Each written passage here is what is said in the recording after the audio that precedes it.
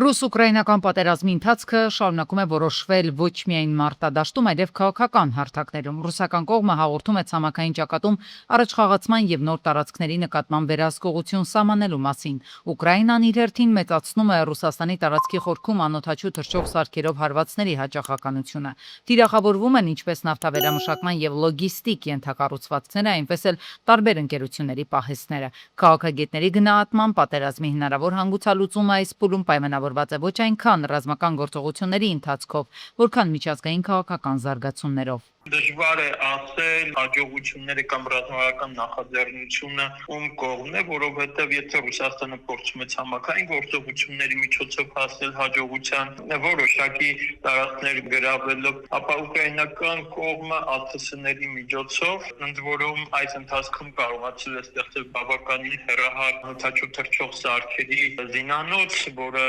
Ռուսաստանի հիմնական մասում կարողանում է խնդիրներ լուծել։ Ռուսաստանի նման մեծ տարածքն ամբողջությամբ վերահսկելն ու բոլոր հավանական թիրախները միաժամանակ պաշտպանելը մասնագետների գնահատմամբ գործնականում չափազանց բարձր է։ Նրանք այն կարծիքին են, թե հակաօդային պաշտպանության միջոցների մասին պատկերացումները որոշակիորեն հիմնված են միֆերի վրա։ Տարածքներ ինչպիսին Ռուսաստանի Դաշնությանն է, չափազանց դժվար է ասել օդի փակ կամ բաց լինելու մասին։ Դրանք հարաբերական են։ Եթե փոքր տարածքները հնարավոր է արդյունավետ հակաօդային պաշտպանության կազմակերպել, ապա մեծ տարածքներում դա բավականին դժվար է։ Ուկրաինական հեռահար հարվածները փորձագետները գնահատում են որպես ցամաքային ճակատում առկա դժվարությունները փոխհատուցելու փորձ։ Նրանց դիտարկմամբ ԱԹՍ-ներով հարվածները կարող են վնաս հասցնել ենթակառուցվածքներին եւ տեղեկատվական ազդեցություն ունենալ, սակայն չեն ապահովում տարածքների նկատմամբ վերահսկողություն։ Դրանով նա ցանկանում է փոխհատուցել լրատվական դաշտում իր անհաջողությունը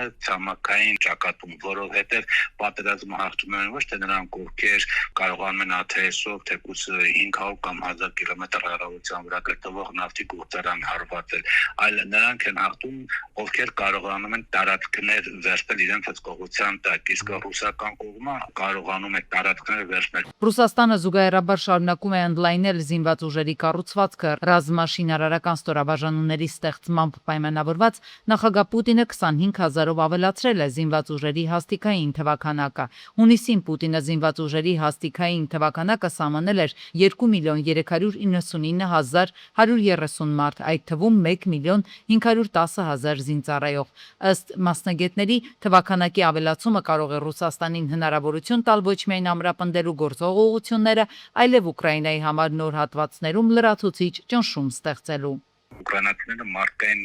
լուրջ կորուստներ ունեն եւ ռեսուրսի լուրջ խնդիր ունեն, մարդկային զինվորական իրանք ունեն մեծ քանակությամբ արևմուտքից ստացած ԱԹՍ-ներ, բայց ԱԹՍ-ները դու չես կարող տարածք պահես։ Եվ քանի որ ռուսական ռազմական կողմը ավելացնում է թվականակը, ինքը կարող է երկրորդ կամ չորրորդ, հինգերորդ ճակատը բացել։ Մասնագետների գնահատմամբ կողմերից որևէ մեկի գործողությունները դեռևս վճռական բեկում չեն ապահովել, սակայն պատերազմում կիրառվող միջոցների շրջանակը շարունակում են ընդլայնել։ Բաքվի դատարանում ավարտվել է հայ գերիների վերաքննիչ բողոքների քննությունը։ Ըստ ադրբեջանական լրատվամիջոցների պետական մեղադրողների ելույթներից հետո խոսքը չի փոխանցվել Արցախի նախկին նախագահներ Բակո Սահակյանին եւ Արայիկ Հարությունյանին, ինչպես նաեւ նրանց փաստաբաններին։ Սահակյանն ասել է, որ հաջորդ նիստի ժամանակ ցանկանում է օգտվել ռեպլիկի իրավունքից, իսկ Հարությունյանը մերժել է առաջադրված մեղադրանքները։ Հաջորդ նիստը հուլիսի 31-ին է։ Ամերիկայում Հայաստանի դեսպան Նարեկ Մկրտչյանը հյուրընկալվել է Հադսոն ինստիտուտում քննարկելու Հայաստանի եւ Միացյալ Նահանգների միջև զարգացող գործընկերության առանցքային ուղղությունները։ Այս մասին հայտնել են դեսպանությունից։ Հադսոն ինստիտուտի Մերձավոր Արևելքում խաղաղության եւ անվտանգության կենտրոնի տնօրեն Մայքլ Դորանի հետ հարցազրույցի ընթացքում անդրադարձ է կատարվել Հայաստան-Ամերիկա հարաբերությունների ընթացիկ օրակարգին, տարածաշրջանային զարգացումներին եւ գործակցության նոր հնարավորություններին։ Մերձավոր Արևելքում ռազմական լարվածության նոր ալիքը կրկին տատանումներ է առաջացրել համաշխարհային էներգետիկ շուկայում։ Հորմուզի նեղուցում, Իրանի կողմից նավերի առգրավումը եւ Կարմիր ծովում հութիների հարձակումները ստիպել են խոշորագույն նավատերերին փոխել երթուղիները։ Մի քանի ժամ առաջ 3 նավթատար լցանավ, որոնք ընթանում էին ոչ անվտանգ եւ անօրինական երթուղով, անտեսելով մեր նախազգուշացումները, խոցվել են եւ կանգնեցվել։ Առնվազն 8 խոշոր տանկերներ, որոնք տեղափոխում են միլիոնավոր բարել սաուդյան նավթ, շրջանցում են վտանգավոր ջրերն ու շարժվում դեպի Եգիպտոսի միջերկրական ծովի նավահանգիստ։ Սաուդյան ընկերությունները ստիպված են կիրառել բարդ, բայց ավելի անվտանգ սխեմա։ Նավթը Յամբու նավահանգստից հասնում է Եգիպտոսի Այն Սուխնա, այնտեղից Սուեզ խողովակաշարով մղվում է դեպի միջերկրական ծով, որտեղից էլ վերբեռնվում է դեպի Ասիա եւ Միացյալ Նահանգներ ուղևորվող հսկա լցանավեր։ Միացյալ Նահանգների եւ Իրանի միջև փոխադարձ հարվածները 4 օր է դադարել էին, սակայն Միացյալ Նահանգներն ու Սաուդյան Արաբիան գիշերը հարված են հասցրել Իրաքում Իրանի կողմից աջակցվող խմբավորման թիրախներին՝ ի պատասխան թագավորության դեմ հարձակումների։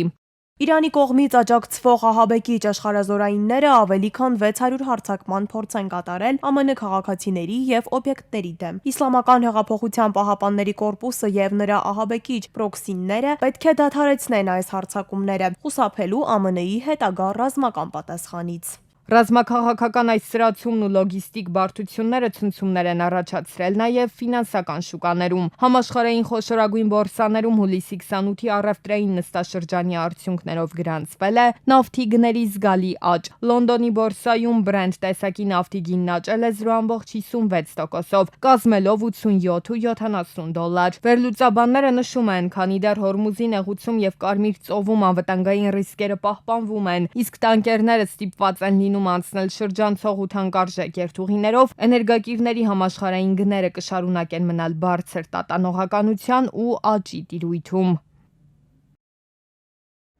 Էսի վարկյանում քանի լիտր կկորի։ Սա հուլիսի 22-ին էր։ Իսկ սա արդեն հուլիսի 29-ին է, 7 օր անց էլ պատկերը նույնն է։ Այս օրերին ջուրը չի դադարել հոսել։ Միակ տարբերությունն այն է, որ նախազգուշացնող պաստառ է հայտնվել երկու կողմերում էլ։ Էս ինչքան մսպիր գնացել եկել եք, ինչքան վաղտացել ես այս ջուրը։ Տարածքում գտնվող քաղաքացիներն են հայտնել, որ հուլիսի 22-ին նյութի հրապարակումից հետո ինչ-որ մարդիկ են եկել։ Վեոլիա ջրի թե ջրային պետական կոմիտեի աշխատակիցներն են չեն կարող ասել, բայց աշխատանք չեն կատարել։ Մաքուր ջուր է, ստենայ։ Որտեվ ասում եմ Վիոլան եկել է աշխատանքներ է կատարել, կամ գուցե եկել աշխատանքները կիսատ է թողել վաղը մյուս օրը գա շարունակի։ Բայց որ խմելու ջրի օրուստը պիտի օր առաջ, վարկյաններ առաջ վերացվի, դա ակնհայտ է։ Նա տեսնում եք։ Խմելու ջուր է թե ոչ, արդեն դա պատասխանատուները կորոշեն, բայց այն, որ այս օրերին հսկայական քանակությամբ ջուր է վատնվել, դա ակնհայտ է։ Միակ տարբերությունն այն է, որ այս նկարահանման ժամանակ ջուրն այդքան էլ վարար չէր։ Հուլիսի 29-ին ողբերգական դեպքի եղել մայրաքաղաքում Գիևյան կամրջի տակ դի է հայտնաբերվել։ Ոստիկանության Մաշտոցի բաժնի օպերատիվ խումբն է ժամանել նաև Երևան քաղաքի քննչական վարչության Աչափնյակ եւ Դավթաշեն վարչական շրջանների քննչական բաժնի ներկայացուցիչները։ Քրեական վարույթ է նախաձեռնվել, հանգամանքները բարձվում են։ Ժամանել են նաև բարեկային ծառայության Երևան քաղաքի գնդի գումարտակներից մեկի բարեկները, գնդի հրամանատար Անդրանիկ Խաչատրյանի, գումարտակի հրամանատար Կարեն Գևորգյանի եւ գումարտակի հրամանատարի տեղակալ Կարեն Ավետիսյանի գլխավորությամբ։ Մայրաքաղաքում հուլիսի 28-ին Հնդկաստանի 26-ամյա քաղաքացին Հոնդա Մակնիշի մոպեդով բախվել է 37-ամյա Մենուայի վարած Բիտ Մակնիշի մեքենային։ Այնուհետև թույլատրելի հատվածում կայանված 41-ամյա Արմենի վարած Ման Մակնիշի ավտոբուսի հետնամասին։ Մոպեդը կողաշրջվել է, մասամբ հայտնվել ավտոբուսի տակ, իսկ մոպեդավարը վնասվածքներով տեղափոխվել է Արմենիա բժշկական կենտրոն։ Ի դեպ, ավտոբուսը հաշվառված է Երևանի քաղաքապետարանի հաշվեկշռում ու սպասարկում է թիվ 5 երթուղին։